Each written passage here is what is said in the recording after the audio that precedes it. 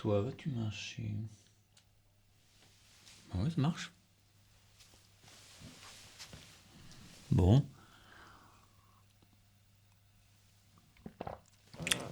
En fait, j'aime bien ce truc dégueu. Je suis pas une espèce. Je suis pas encore à l'heure du café, je bois une espèce d'infusion le matin. Parce que le thé, bah, j'évite. La caféine, j'évite. Donc je me suis trouvé un déca bien. Un bon petit déca. On est vieux maintenant, hein.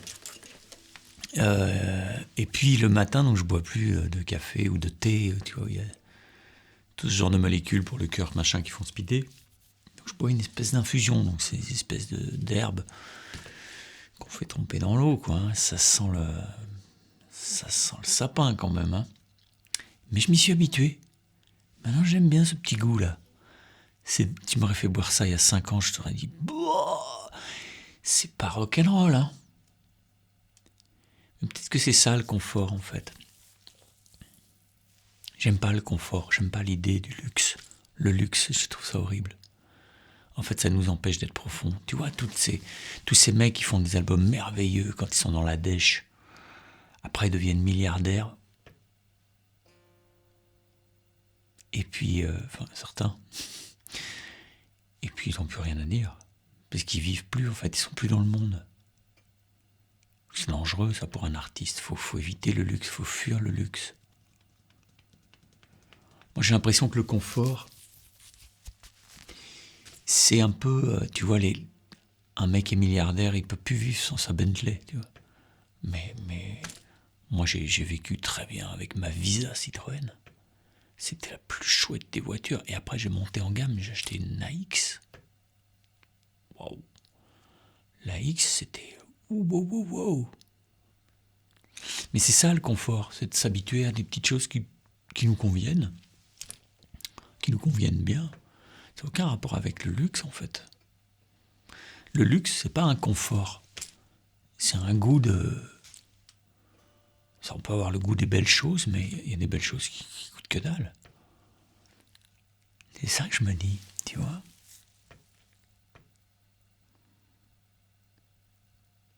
Là, j'ai plein de belles guitares, mais j'ai aussi des guitares de merde que j'ai depuis tout le temps, que j'ai bricolées. Si demain je vais sur une île déserte et que j'ai que ma guitare de merde, je serai heureux. Et puis je vais m'habituer, et puis je vais même remercier cet avion de s'être écrasé sur cette île déserte, ou pas loin, de m'avoir laissé ma gratte. Tu comprends, c'est souvent... Et nous, les guitaristes, on est pas mal pour ça, d'avoir 12 000 guitares, parce qu'elles ont chacune leur son. Quand c'est vraiment le cas, t'as une Gibson et une télé, ça c'est franchement différent. Mais la plupart du temps, les gens ont des guitares qui sonnent toutes pareilles.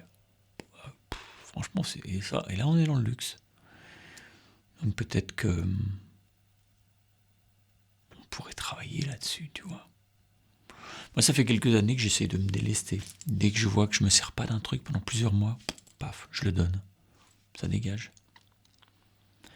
Là, l'année prochaine, je vais donner une guitare. Peut-être 2. Mais je sais déjà à qui je vais les donner. Commencez pas à me dire, ouais, on fait un concours, hein, rien à foutre. Moi, je vais les donner à quelqu'un qui compte fort pour moi. Ça veut pas dire que vous comptez pas pour moi, mais l'amitié.